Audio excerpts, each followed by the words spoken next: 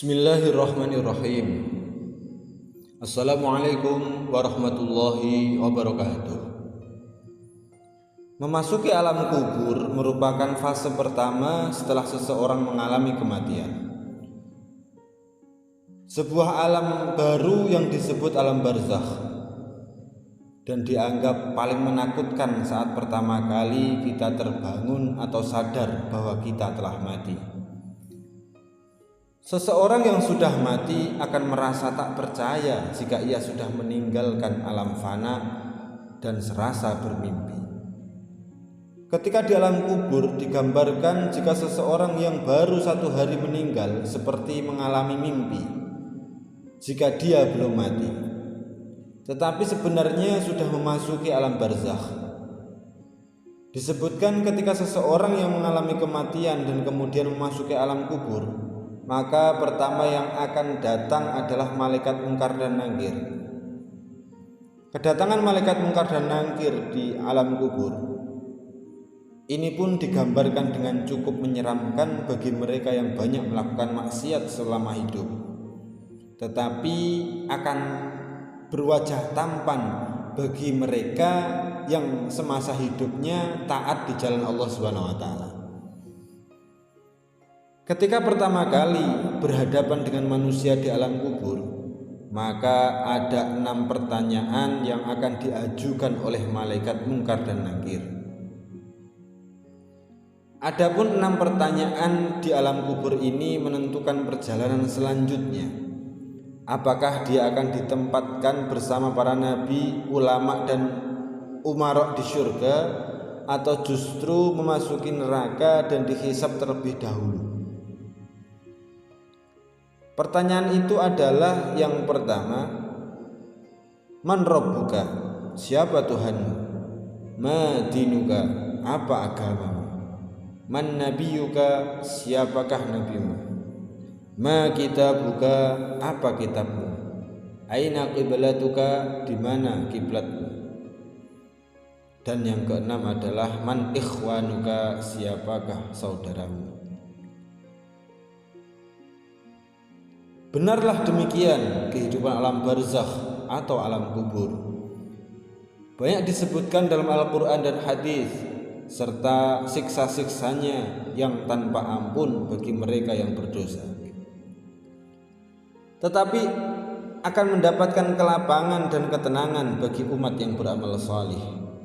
Dan berikut ini adalah hadis dari Rasulullah SAW yang menggambarkan perjalanan manusia setelah melewati fase kematian. Maka di alam kubur sudah menanti kehidupan baru dan serba asing. Hadis panjang Al-Bara' bin Azib yang diriwayatkan oleh Imam Ahmad, yang disahihkan oleh Imam Al-Hakim, ini menceritakan perjalanan para manusia di alam kuburnya. Suatu hari kami mengantarkan jenazah salah seorang sahabat Nabi SAW dari golongan Ansor. Sesampainya di perkuburan, liang lahat masih digali. Maka Rasulullah SAW pun duduk ataupun menanti, dan kami juga duduk terdiam di sekitarnya, seakan-akan di atas kepala kami ada burung gagak yang hinggap. Rasulullah SAW memainkan sepotong dahan di tangannya ke tanah. Lalu beliau mengangkat kepalanya seraya berkata, mohonlah perlindungan kepada Allah yang memberi azab kubur. Beliau ulang perintah ini 2 atau 3 kali. Kemudian beliau SAW bersabda, seandainya seseorang yang beriman sudah tidak lagi menginginkan dunia, yang telah mengharapkan akhirat ataupun sakaratul maut, turunlah dari langit para malaikat yang bermuka cerah secerah sinar matahari. Mereka membawa kain kafan dan wewangian dari surga, lalu duduk di sekeliling mukmin tersebut sejauh mata memandang. Setelah itu turunlah malaikat pencabut nyawa dan mengambil posisi di arah kepala mukmin tersebut. Malaikat pencabut nyawa itu berkata, wahai nyawa yang mulia, keluarlah engkau untuk menjemput ampunan Allah dan keridhoannya. Maka nyawa itu dengan mudah keluar dari tubuh mukmin tersebut seperti lancarnya air yang mengalir dari mulut sebuah kendil. Lalu nyawa tersebut diambil oleh malaikat pencabut nyawa dan dalam sekejap mata diserahkan kepada para malaikat yang berwajah cerah tadi, lalu dibungkus dengan kafan surga dan diberi wangi-wangian darinya, hingga terciumlah bau harum seharum wangi-wangian yang paling harum di muka bumi. Kemudian nyawa yang telah dikafani itu diangkat ke langit. Setiap melewati sekelompok malaikat di langit, mereka bertanya, nyawa siapakah yang amat mulia ini? Ini adalah nyawanya Fulan bin Fulan.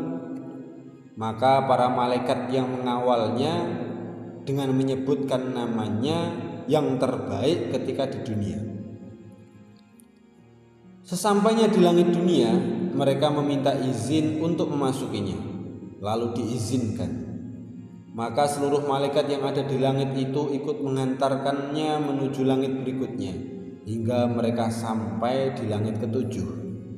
Di sanalah Allah berfirman, tulislah nama hambaku ini dalam kitab Iliyin, lalu kembalikanlah ia ke jasadnya di bumi, karena darinya lah aku ciptakan mereka, para manusia, dan kepadanya lah aku kembalikan, serta darinya lah mereka akan kubangkitkan lagi. Lalu nyawa tersebut dikembalikan ke jasadnya di dunia. Lantas datanglah dua malaikat yang memerintahkannya untuk duduk. Mereka berdua bertanya, siapakah Rabbmu? Rabbku adalah Allah, jawabnya. Mereka berdua kembali bertanya, apakah agamamu? Agamaku Islam, sahutnya. Mereka berdua bertanya lagi, siapakah orang yang telah diutus untuk kalian? Beliau adalah Rasulullah SAW, jawabnya. Dari mana engkau tahu? Tanya mereka berdua. Aku membaca Al-Quran, lalu aku mengimaninya dan mempercayainya. Tiba-tiba terdengarlah suara dari langit yang menyeru, jawaban hambaku benar, maka hamparkanlah surga baginya. Berilah dia pakaian darinya, lalu bukakanlah pintu ke arahnya. Maka berhembuslah angin segar dan harumnya surga memasuki kuburannya, lalu kuburannya diluaskan sepanjang mata memandang. Saat itu datanglah seorang pemuda asing yang amat tampan, memakai pakaian yang sangat indah dan berbau harum. Seraya berkata, bergembiralah, inilah hari yang telah dijanjikan dulu.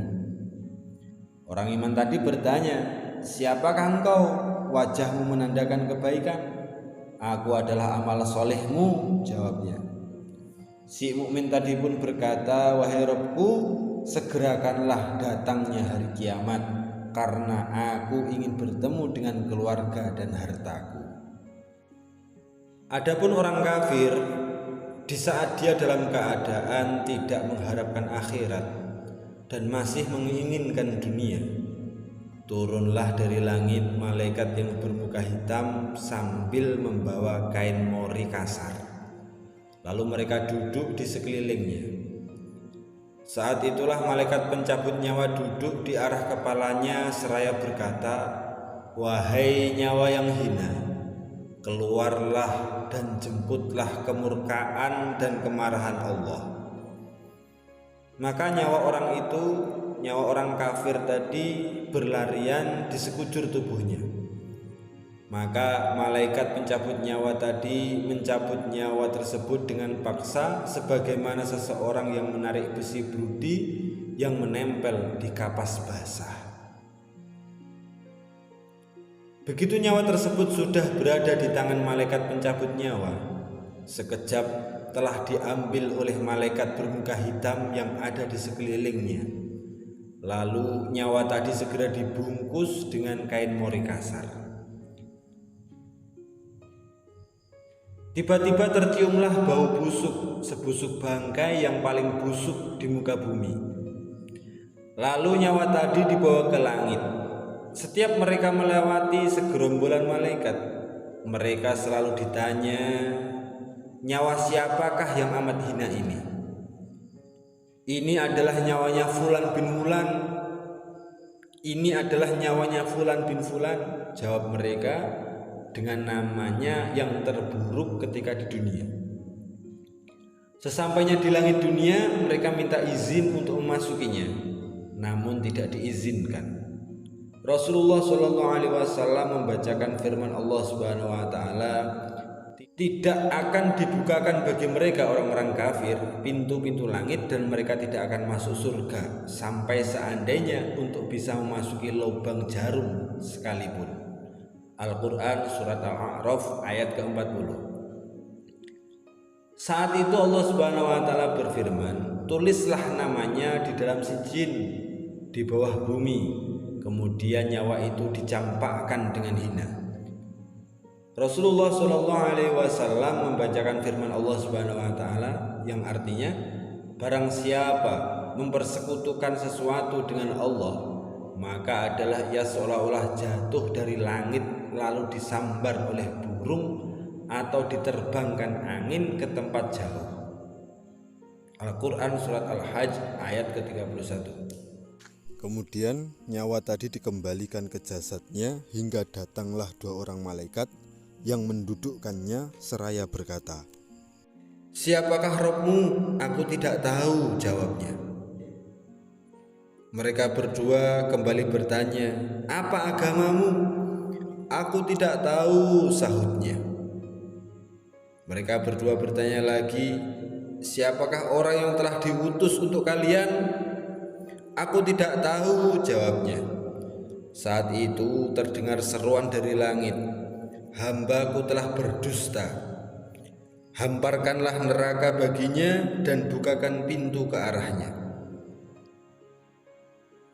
Maka hawa panas dan bau busuk neraka pun bertiup ke dalam kuburannya, lalu kuburannya dipres oleh Allah Subhanahu wa taala hingga tulang belulangnya pecah dan menancap satu sama lainnya. Tiba-tiba datanglah seseorang yang bermuka amat buruk, memakai pakaian kotor dan berbau sangat busuk seraya berkata, aku datang membawa kabar buruk untukmu. Hari ini adalah hari yang telah dijanjikan bagimu. Orang kafir itu seraya bertanya, siapakah engkau? Wajahmu menegakkan kesialan. Aku adalah dosa-dosamu, jawabnya. Lalu orang kafir tadi mengatakan, wahai Rabbku, janganlah engkau datangkan hari kiamat. Hadis yang panjang ini diriwayatkan oleh Imam Ahmad dalam Al-Musnad dan disahihkan oleh Al-Hakim dalam Al-Mustadrak. Itulah gambaran bagaimana kondisi seseorang yang sudah berada di alam kubur. Semua akan ditentukan lewat amal dan perbuatannya semasa hidup di dunia. Tentunya hal ini menjadi pelajaran bagi kita semua agar menjalankan perintah Allah dan menjauhi larangannya. Lantas bagaimana dan apa yang harus kita lakukan untuk menghadapi kematian? Maka perbanyaklah amal ibadah bahkan agar terbebas dari siksa alam kubur dan bisa menjawab 6 pertanyaan itu. Selain menjalankan perintah Allah dan menjauhi segala larangannya, maka kita harus tetap memanjatkan doa. Dan ini adalah doa agar terlepas dari siksa alam kubur yang diajarkan oleh Rasulullah SAW. Allahumma inni a'udzubika min azabil qabri wa min azabin nari wa min fitnatil mahya wal mamati wa min fitnatil masihid dajjal. Yang artinya, ya Allah, aku berlindung kepadamu dari azab kubur, azab neraka, fitnahnya hidup dan fitnahnya mati, dan dari fitnahnya Dajjal. Inilah sedikit gambaran alam kubur dan 6 pertanyaan di alam kubur yang menentukan seseorang muslim bebas dari siksa menuju akhirat.